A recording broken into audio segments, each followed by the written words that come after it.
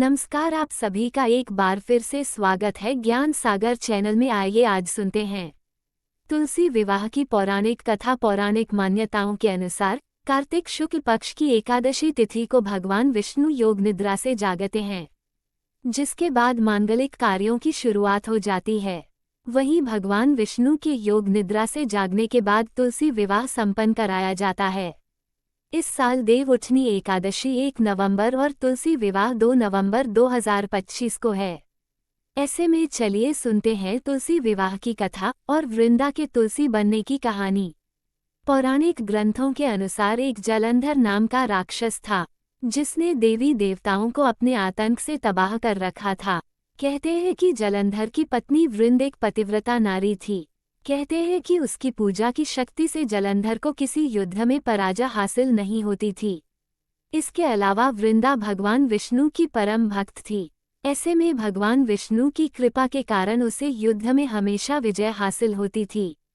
एक दिन जलंधर ने स्वर्ग लोक पर आक्रमण कर दिया, जिसके बाद सभी देवी देवता भगवान विष्णु के पास गए और उनसे अपनी रक्षा करने को कहा। भगवान विष्णु इस बात को जानते थे कि वृंदा की भक्ति को कोई भंग नहीं कर सकता और उसकी भक्ति भंग किए बिना जलंधर को परास्त करना मुमकिन नहीं है। ऐसे में उन्होंने जलंधर का रूप धारण किया, जिसके बाद वो वृंदा के पास गए और उसे छूते ही वृंदा का पतिव्रता धर्म टूट गया, जिससे जलंधर की शक्तियां खत्म हो गई। इसके बाद जलंधर युद्ध में मारा गया। वृंदा को जलंधर की मृत्यु का समाचार जैसे ही मिला वह बहुत निराश हो गई।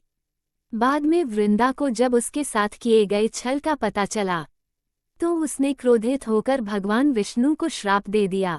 वृंदा का पतिव्रता व्रत भंग होने की वजह से उसने भगवान श्री हरि को श्राप दिया कि जिस तरह आपने छल से मुझे वियोग का कष्ट दिया है, उसी तरह आपकी पत्नी का भी छल से हरण होगा। साथ ही आप पत्थर के हो जाएंगे और उस पत्थर को लोग शालिग्राम के रूप से जानेंगे। कहते हैं कि वृंदा के श्राप की वजह से ही भगवान विष्णु ने दशरथ के पुत्र श्रीराम के रूप में जन्म लिया और बाद में सीता हरण के वियोग का कष्ट भी झेलना पड़ा। धार्मिक कथा के अनुसार वृंदा पति के वियोग को सहन नहीं कर पाई और सती हो गई। कहा जाता है कि वृंदा की राख से जो पौधा उत्पन्न हुआ उसे भगवान विष्णु ने तुलसी का नाम दिया, जिसके बाद भगवान विष्णु ने ये प्रण लिया कि वह तुलसी के बिना भोग ग्रहण नहीं करेंगे। इसके साथ ही उनका विवाह शालिग्राम से होगा। मान्यता है कि जो कोई भी श्रद्धापूर्वक तुलसी विवाह संपन्न कराता है, उसका वैवाहिक जीवन खुशियों से भर जाता है। तो ये थी तुलसी विवाह की पौराणिक कथा। तुलसी विवाह के दिन सुहागिन महिलाएं व्रत रखकर तुलसी जी की पूजा करती हैं और इस दिन भगवान विष्णु के शालिग्राम रूप से तुलसी जी का विवाह कराया जाता है। विवाहित के लिए तुलसी विवाह का दिन बहुत खास होता है। इस दिन कुछ विशेष उपाय करने से पति पत्नी के वैवाहिक रिश्ते में प्यार बढ़ता है। तो जानते हैं उन उपायों के बारे में। पति पत्नी के बीच अगर मनमुटाव हो तो इस दिन तुलसी जी को लाल रंग की चुनरी चढ़ानी चाहिए और पूजा के बाद इस चुनरी को किसी सुहागन स्त्री को दान देना चाहिए। इस उपाय से पति पत्नी के बीच आपसी प्रेम बढ़ता है। तुलसी विवाह के दिन तुलसी की कुछ पत्तियों को पानी में डालकर इस जल से पूरे घर पर छिड़काव करें। खासकर पति पत्नी अपने बेडरूम में इस जल का छिड़काव जरूर करें। ऐसा करने से घर में मौजूद सारी नकारात्मकता दूर होती है और पति पत्नी के बीच चल रहे विवाद भी दूर होते हैं।